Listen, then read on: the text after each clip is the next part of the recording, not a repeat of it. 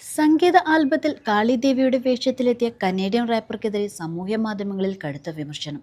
Tamil Swedish വംശജയായ Genesis Yasmin Mohanraj എന്ന Tomy Genesis ആണ് രൂക്ഷ വിമർശനങ്ങൾക്ക് ഇരയാവുന്നത്.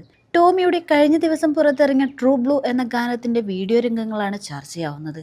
താരത്തിൻ്റെതായി പുറത്തിറങ്ങാനിരിക്കുന്ന ജെനസിസ് എന്ന ആൽബത്തിൽ ഉൾപ്പെട്ടിട്ടുള്ള ഒരു പാട്ടാണ് ട്രൂ ബ്ലൂ. ഇതിൽ കാളിദേവിയായാണ് ഗായിക പ്രത്യക്ഷപ്പെട്ടിരിക്കുന്നത്.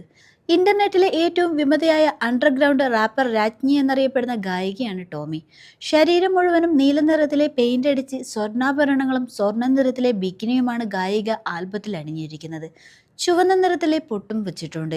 ആൽബത്തിൽ കാളിദേവിയെ ആക്ഷേപകരമായി ചിത്രീകരിച്ചു എന്നാണ് ഒരു വിഭാഗം ആരോപിക്കുന്നത്. ഗായിക കയ്യിൽ കുരിശും പിടിച്ചിട്ടുണ്ട്. ഇതും വിമർശനങ്ങൾക്ക് ഇടയാക്കുന്നുണ്ട്. പാട്ടിനിടെ ടോമി കുരിശിൽ നക്കുകയും കൈകൂപ്പുകയും ചെയ്യുന്നുണ്ട്. ഗാനത്തിന് കടുത്ത വിമർശനമാണ് ലഭിക്കുന്നത്. ഗാനത്തിൽ ഹിന്ദുക്കളെയും ക്രിസ്ത്യാനികളെയും ഒരുപോലെ ആക്ഷേപിച്ചു എന്ന് ചിലർ ആരോപിച്ചു. ഇതു ദൈവനിന്ദയാണ്. ഹിന്ദു വികാരങ്ങളെ വ്രണപ്പെടുത്തുന്നത് ഒരു ഫാഷനായി മാറിയിരിക്കുന്നു. ആരും എതിർക്കില്ലെന്ന് അവർക്കറിയാം എന്നും മറ്റു ചിലർ കമന്റ് ചെയ്തു.